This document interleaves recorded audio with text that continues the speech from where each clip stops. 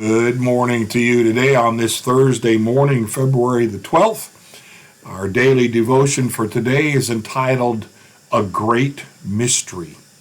And the passage quoted here is Ephesians 5:32. This is a profound mystery, but I am talking about Christ and the church.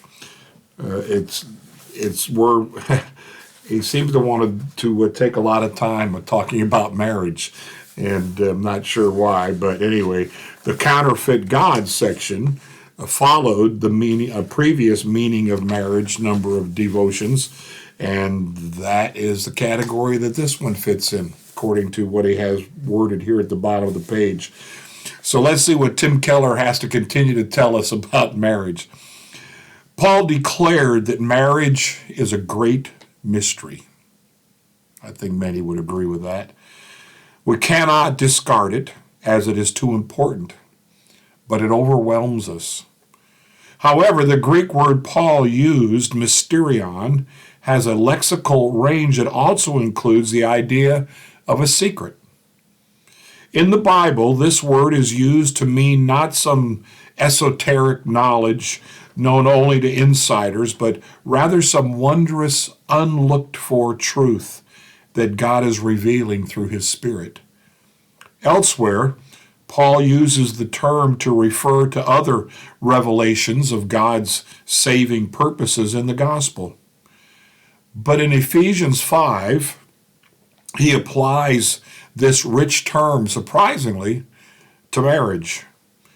In verse 31, he quotes the final verse of the Genesis account of the first marriage. A man shall leave his father and mother and be united to his wife, and the two will become one flesh. And then he says literally that this is a mega mysterion, verse 32, an extraordinarily great, wonderful, and profound truth that can be understood only with the help of God's Spirit. But what is the secret of marriage? Paul immediately adds, I'm talking about Christ and the church, referring to what he said earlier in verse 25, husbands, love your wives just as Christ loved the church and gave himself up for her.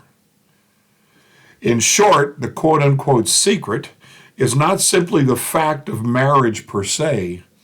It is the message that what husbands should do for their wives is what Jesus did to bring us into union with himself.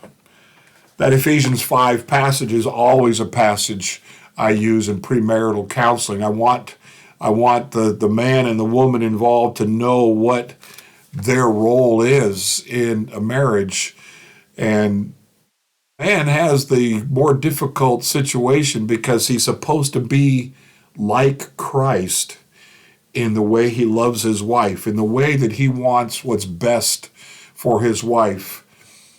The husband who follows this map wants to make sure his wife gets to achieve everything she can be. He wants her to be at her best, just as Jesus wants his church to be at its best and be in that relationship with him. He's the bridegroom and the church is the bride. That's how it's pictured in the scriptures. And so I try and explain that it is a mystery, as Tim Keller puts that before us a few times here. It is a mystery. How do we do that? How do we fill those roles? But it is a teamwork. It comes to that, which is the way the church is, with Jesus wanting us as his bride to be all we can, to help us reach levels that we're capable of reaching.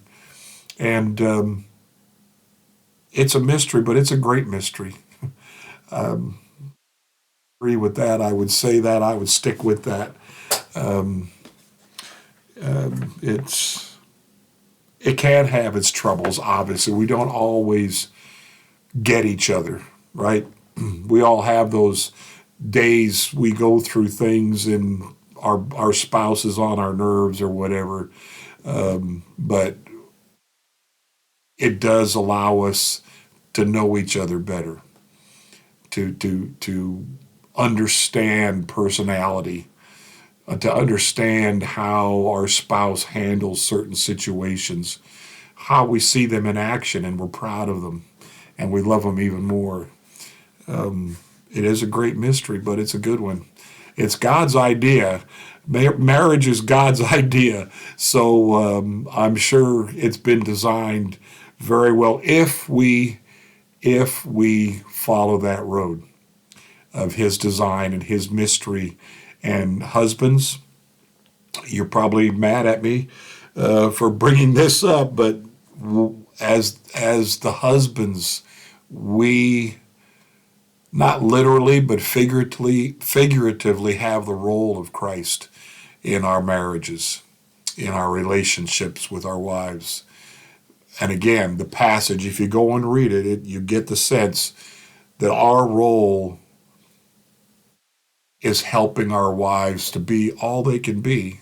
Because if we don't do that, then we have no room to complain when we don't think they're measuring up, which some husbands do, which is a horrible, horrible husband to be. So again, it is. It's the Lord's idea, and the two become one. It's not two separate people basically living under the same roof. It's two people who learned how to read each other, to know each other, to care about each other, to want to do things that will make them happy and please them in the relationship that we have. If we want it to last, if we want it to be truly a happy marriage, that's the way to operate. So there's a few more pointers on marriage today, and it's a blessed gift.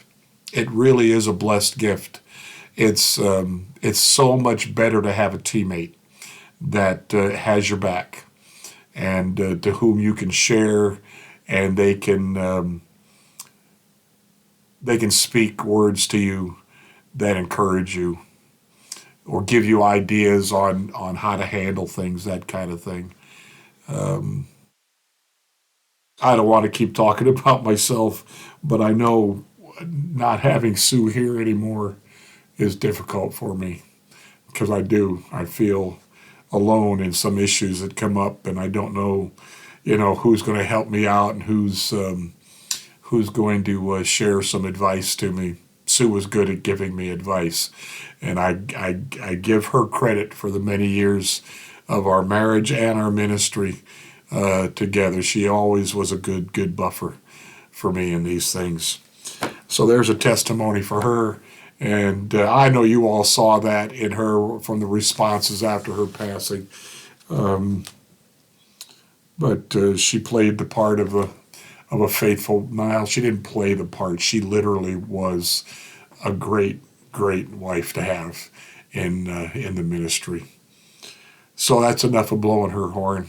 You all know how much she meant to me and how much she meant to our church as well. So blessings to you today, and hopefully we're following some good advice on being married to our partners. So blessings to you today. Practice what Ephesians 5 has to say.